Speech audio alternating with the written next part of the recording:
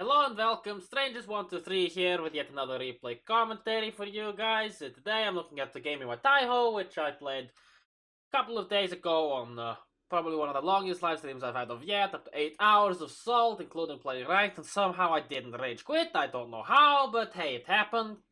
This is, well, it's really just, well, I guess you could say one of my random decisions that I was going to play aircraft carriers. I think I actually swapped myself over to window mode instead of borderless window, so I can maybe push out some less worse FPS. Anyways, looking at the team list, our A division is a fellow super test division, so, well, I trust them not to be complete fucking retards at least.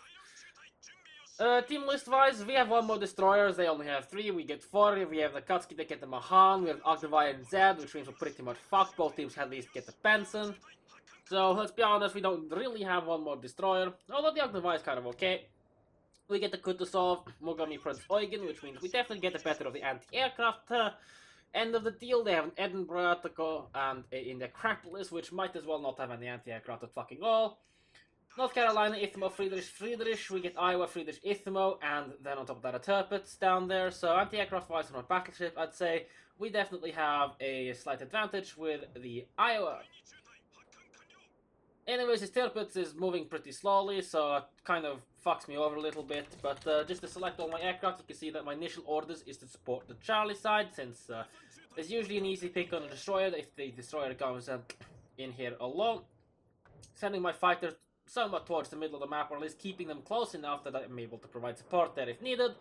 Looking for the first strike down here. No destroyer spotted on the south end of Charlie, and this is the reason I want to get rid of any destroyer going there, is because it's freaking annoying getting rid of them when they park themselves on the island.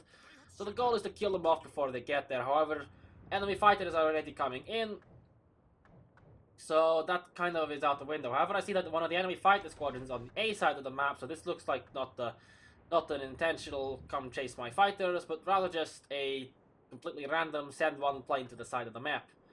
Anyways, I've kind of done my headwind launch. My dive bombers going to the middle, find one of their destroyers, the Mahan. My dive bombers are somewhere near the fighters, and I decided that I didn't really want to engage the enemy fighter squadrons early. However, since the fact that these enemy fighters are chasing, I'm going to go in and counter chase. Now, I'm not exactly sure if I want to try any funnies in terms of strafing here. However, I definitely want to gank one enemy fighter squadron coming in first to get myself an early damage advantage. Right now, I'm looking for my torpedo bombers down there. I don't really think I'm going to be in a position to get myself any more, proper strikes down there. It's quite a super anti-aircraft, so I don't really want to fly them in. So I'm kind of pulling my torpedo bombers up to try to look for their destroyers, since getting rid of them early would definitely give us an advantage. And it definitely would help our division that's down there as well, and my god, the amount of float-plate fighters down here is fucking annoying. One of them gets taken out, but holy fuck, there's like 2 million of them in there. Don't worry, I was flying with my plane selected like this, with alt on, so I could actually see what was going on. And you can see this drop is kind of going to shit. But I basically confirmed that the Hipper does not have defensive anti-aircraft, which is what I wanted to know. And I lost basically 2 squadrons for it, which isn't too bad. Anyways, going in with dive bombers, as you can see. Left clicks on this Benson, although someone has panic. Although, well, goes down to, I believe, was it the radar? Let me check, I'm not actually sure. Nope, I think it was actually Prince Eugen hydroacoustic search. Manages to pick up one of the destroyers in there, as my torpedo bombers are trying to deal with this bunch of enemy torpedo bombers coming in against Benson. That attack unfortunately isn't panic, but the one in front is. Hopefully this Benson's going to be able to dodge that. And unfortunately he didn't. He actually took it up the ass, but the Kagero finishes him off, and I'm basically just going to strafe away the enemy's torpedo bombers on the way home, since there are no fighters to interfere. And that's the torpedo bombers gone. Not the world's best start for me in terms of my own damage. The attack on the North Carolina was basically a complete fucking waste of my time. Really, really shitty attack. In hindsight, I really shouldn't have done it. But he was stuck, so I figured he wasn't going to have the world's most amount of anti-aircraft, and my dive bomber is here. Well, I might as well just plonk them on this Hipper just to annoy him, since I've really not got anything better to do with him. I could wait, but I don't have the patience for that. As you can see, the entire enemy team is deciding they're gonna blob on the western side of the map. In the meantime, my team is kind of split The Kutuzov goes down to an enemy Kagero. Nothing in terms of support that I could have sent this way. I needed to recycle my fighters since I defeated the enemy fighters in the first engagement, and I took out some torpedo bombers, so now I need to get mine back because the enemy aircraft carrier will now have free reign over the map because I won the initial engagement. And unfortunately, we've lost the Benson, but the enemy's lost one of their destroyers as well, so we're still one destroyer up, but yeah, the Prince Eugen was basically the trade for the Benson, the Mogami and Kutuzov just fucking died, and our Benson basically just fucking died as well. And now we have an Akatsuki on the southern end of the map that's kind of going off and doing his own shit. The Hipper is getting torpedoed behind him. If I want to, I probably could just go kill him, but right now, I'm sending my torpedo bombers to the northern end of Bravo, trying to fly them over Bravo or look for some of their battleships, see what I can find. The enemy fighters are down there, and the enemy aircraft carriers found that Akatsuki. Probably because the Akatsuki is chasing the enemy aircraft carrier, which is something I'm pretty against. I do not support people that go to YOLO carrier unnecessarily. That Akatsuki could have done so much more use for us in the battlefield. I'm getting a bit greedy, looking for this Atago, thinking maybe he won't have defensive anti-aircraft as well. Chasing one of my squadrons down to deal with the Mahan, but the enemy fighter squadrons are nearby. And, well, floatplane fighters are up there as well. The enemy aircraft carrier doesn't seem to be too interested in my torpedo bomber down there right now, and my torpedo bombers are a bit busy getting caught, so if I just hold this alt button down for you guys to see what's going on with all four of my torpedo bombers, you can see I'm right now committing the drop on the Mahan while trying to line up the Kagero, again, trying for a greedy double strike. I think I missed the Mahan, so the double strike chance is pretty much fucked already. But I do get the drop off on the enemy Kagero, which obviously doesn't fucking kill him because damage saturation, so there goes a double strike on him as well. And again, this is just me getting greedy. Mahan doesn't have defensive anti-aircraft, but if he turns in towards the torpedo bombers, he's basically committed seppuku. And as you can see, I ordered both my fighters to gank that one single enemy fighter squadron, and Mahan has just committed seppuku. And he even had damage saturation as well, so I needed 2 torpedoes to kill him. But managing to pick up the entire fighter squadron from one plane lost is extremely beneficial for me. And with my team basically spread all over the place, you can see I'm contemplating sending fighters down to the Akatsuki because I know he is going to be the next target attacked by the enemy aircraft carrier. But then I'm also thinking, you know, our team's losing. I don't give a fuck anymore. I don't want him to kill the enemy aircraft carrier because that's going to give me a shitty game. So I'm more or less just thinking I couldn't care less. Going in with dive bombers against Ithmo, hilarious side drop. I just want to get it off before the enemy's floatplane fighter gets in the air, and of course, 2 dive bomber hits, no fire, because fuck you. And this floatplane fighter is almost certainly going to stop my second attack, so I'm a bit hesitant, but I decided to pull it back, because as you can see, I've sent my number 3 fighter squadron to come in and deal with it. My number 2 is just circling somewhere near the Akatsuki. If I see an opportunity to do something useful with it, I will. However, I don't really want to, because again, the Akatsuki is chasing the enemy aircraft carrier. This is something I'm against, so I'm realistically hoping that the enemy aircraft carrier isn't a complete retard and can kill it. My number 3 fighter squadron goes in, takes the target out, and my dive bomber is kind of getting torn apart. I send my number 3 fighter squadron away while the dive bomber is tanking some of the damage. I go in and get one fire on him, but if you look in the top right corner of the map, you'll see that he's not going to put the fire out anytime soon.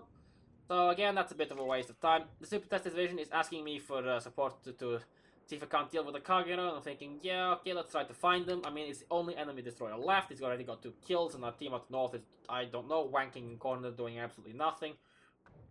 So I'm thinking, well, because of this, look at this blob over here. I'm thinking I don't really want to fly into that, and I do not really want to help this guy over there. You can see I'm looking at them thinking, yeah, you know what, fuck you. But I'm also kind of at some point contemplating, yeah, but I'm not going to get any proper plane kills out of this. But I'll leave my fighter squadron over the enemy Kagero. If you look in the bottom left corner of my user interface, you'll see it's getting attacked by the enemy anti-aircraft. It's the damage squadrons, I don't really care too much. And our team knocks it out. I kept the fighter plane just on the side of the Kagero where I would have spotted torpedoes. I wasn't paying attention, so I don't know if there would have been any torpedoes fired by him.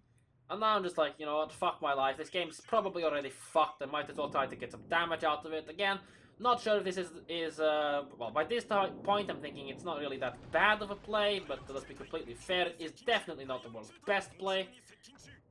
Hopefully I will realize to send my torpedo bombers up north and then back home to minimize anti-aircraft, but then again, they're not really going to be able to get that far, and well, 2 of the squadrons do actually get wiped, but I do take out a good chunk of the North Carolina, which is realistically their heaviest anti-aircraft, and I doubt this last squad's going to survive, and even if it does, it probably would have been better off dead in terms of cycling it. However, keeping some more planes alive is kind of going to be helpful. And now the enemy are coming into the middle of the map.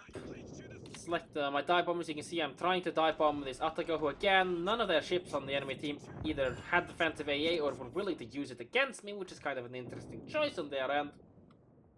But keeping this the dive bomber there definitely helped spot some of the enemy's torpedoes. I'm leaving the fighter there because as long as I'm sending my own dive bombers into this area, chances are that the enemy's torpedoes are all going to be spotted, and chances are as well that the anti-aircraft will all be focused on top of my dive bombers. Managing to get another hit and set him on fire, and he's not having a good day. He's getting shot at by the destroyers, but that's an Indianapolis. It does carry something called radar. Hopefully this article will burn to death. That would definitely make our life a bit easier, and thankfully the article does go down. However, the enemy has 2 cruisers in there that we do kind of need to get rid of. And again, as you can see, I'm keeping my fighters near the Friedrich because I'm basically expecting this Akatsuki to die because it's an Akatsuki. It doesn't really deal with dive bombers that well. For those that don't know, we joke quite a lot about Fubikis being the easiest destroyer in the game to sink with aircraft carriers, while Akatsuki is really just Fubiki Type 3, so it's not that much harder to kill than a normal Fubiki, and it doesn't have that much health either. And as you can see, my fighters, I'm ordering them just to attack the enemy AFK fighters while the enemy's torpedo bombers are doing around, just to thin out the numbers for later on. Again, I could have defended this Akatsuki if I wanted to. I didn't want to. I was being a little bit of a dick because I am strictly against trying to chase carrier in a destroyer because it's fucking retarded.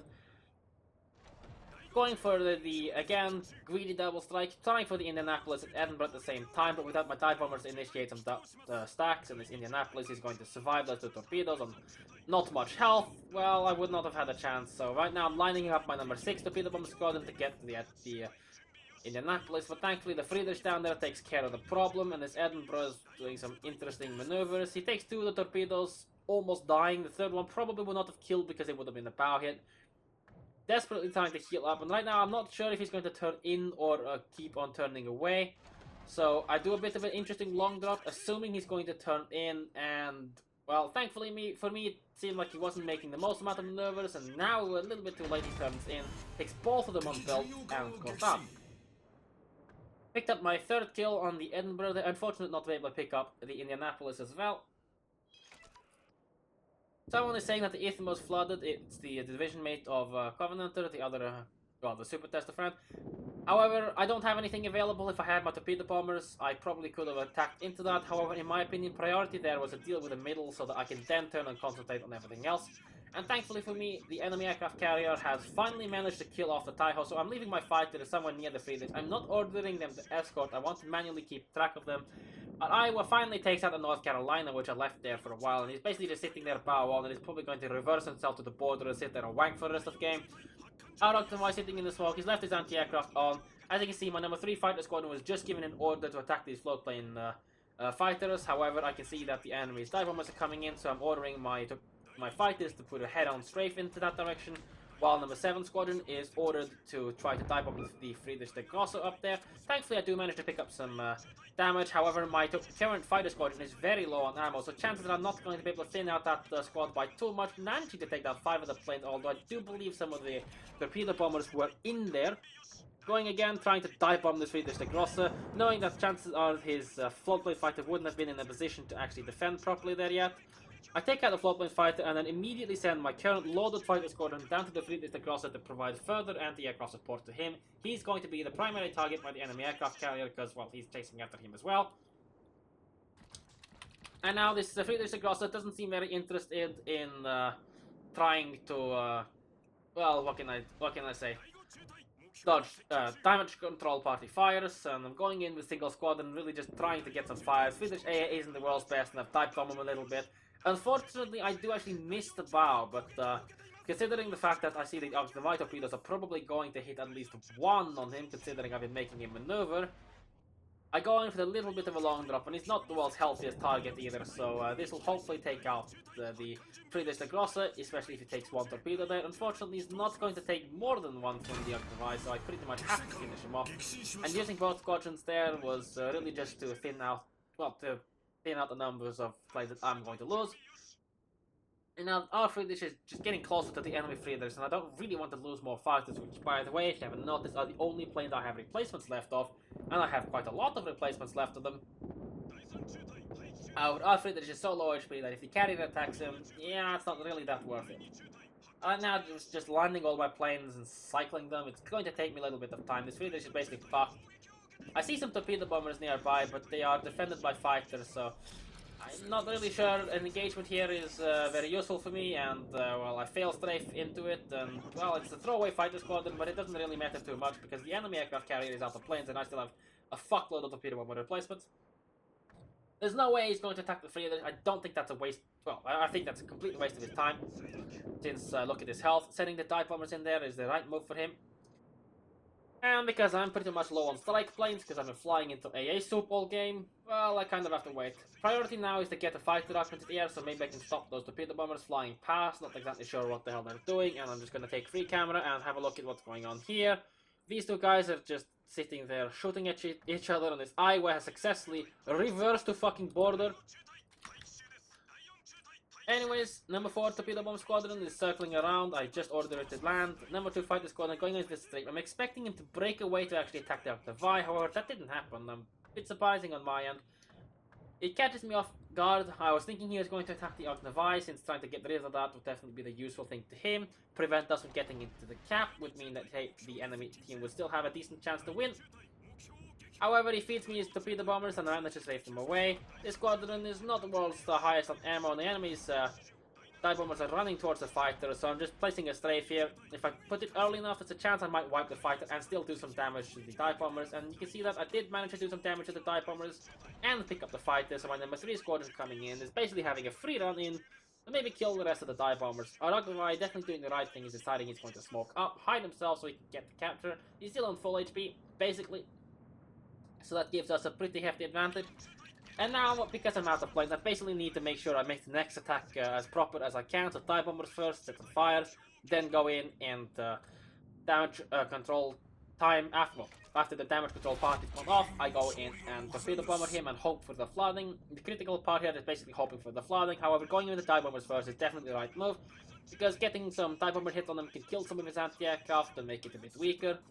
I make a little bit of a mistake here. I should have split these dive bombers up a tiny little bit so I can attack separately, so I can put one on the bow, like one there and then the other one there, so I can get maybe 3 or 4 fires if I'm lucky. However, I do get lucky. I do manage to get 4 out of 4 hits and 2 fires, which is exactly what I needed. He didn't have fire prevention, so that's basically game over for him if he decides to press the R button. And if you look in the top right corner, he pressed the R button, so that's basically game over for him. I'm going to go in with his torpedo bombers, and since I dive bombed him, he's taking some damage. He's not the world's healthiest target anymore, and Friedrich the Grosser is not known for its exceptionally strong anti-aircraft, even against Taihou planes, which are not known for their exceptional survivability. And you can see this guy just sitting there, reversing into nothing with his health upgrade, so I'm not expecting much from this guy. Torpedo bombers go in, get the flooding I needed, and this guy's basically fresh off his damage control party, so he's basically fucked. That is pretty much the last attack I'm going to get, and since it was done properly, I'm going to get some decent damage of him. Already picked up high caliber, but my attacks this game were pretty fucking shit. If I'd stacked that dive bombers, got the fires, then going for the flooding, if I did this correctly, theoretically I could probably have farmed up some more targets around here, even through defensive, although I would not be on this many plane kills. Although, let's be completely fair, if I wanted more plane kills, I could have done it, considering this Taihou was chased from here to fucking there, and then all the way up there by a fucking Akatsuki. I get my Wither as well, but the guy does not have enough health for me to get a Liquidator off him. Sending my fighters in to attack this group of torpedo bombers. I'm going for the high health one, because that's second priority. Send my second fighter squadron just to kill off the dive bomber.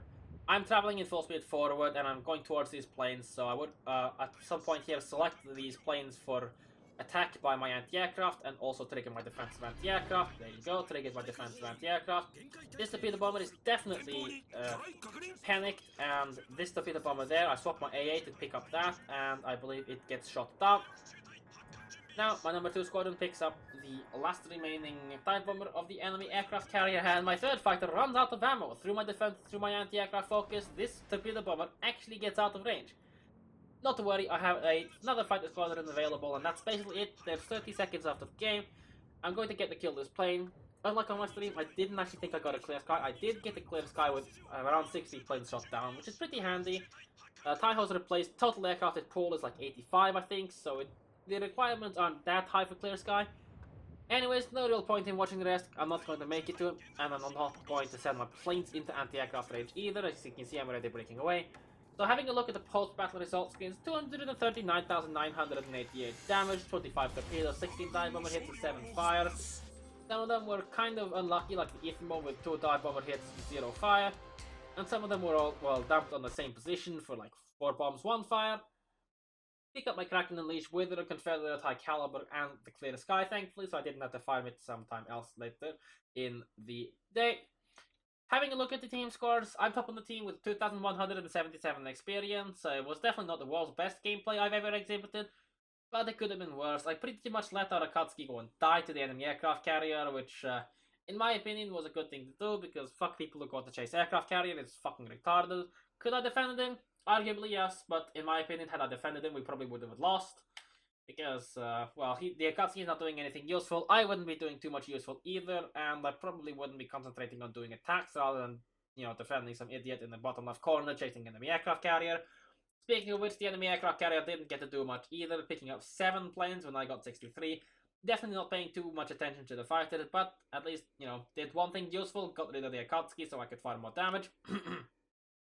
It would have been a pretty tough game regardless to win, even if the Akatsuki, well, depending on what the Akatsuki had done, if the Akatsuki had, you know, tried to stay with team and do something useful, meh, it probably wouldn't have been about as hard, so no matter what the result was, this would have been a hard game.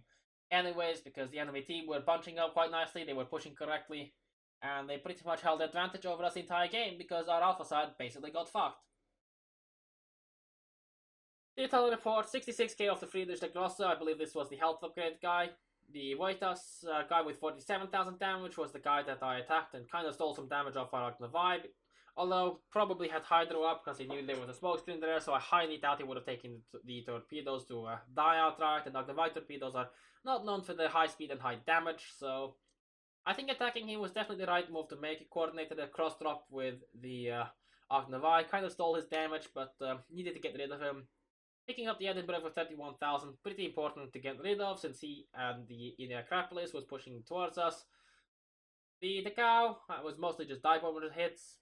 I guess that was actually the cow. I forgot of the replay, but replaying the game I actually played, but replays do not show them as ARP or Southern Dragon ships. They just show them as Atagos or whatever the hell they were. The North Carolina, 47,000. If I'd done the attacks properly, I would have killed them in one attack. But again, none of my early attacks were done properly. They were just random, spread about, and, you know, trying to keep pace up with the game. Also, in the early game, I pretty much expected to lose already, so, well, I was just trying to get some damage in, which in the end, it didn't turn out to cost us the game, but it could easily have if I lost a few more torpedo bombers elsewhere, and I didn't have enough to get the flooding on the Friedrich, or if I hadn't managed to defend my team properly from the rest of the enemy aircraft carrier attacks, and I definitely held a massive fighter advantage over the enemy aircraft carrier throughout this entire game. Headed to the next video, well, there really isn't much point in showing you this because aircraft carrier economy is just completely fucked. Anyways, I hope you guys enjoyed this replay, and, well, follow my stream, subscribe to my YouTube, maybe I put up some more random content, maybe I put up some more random Alabama content, I don't know, I hate that fucking ship, and, well, I guess I'll see you in the next one.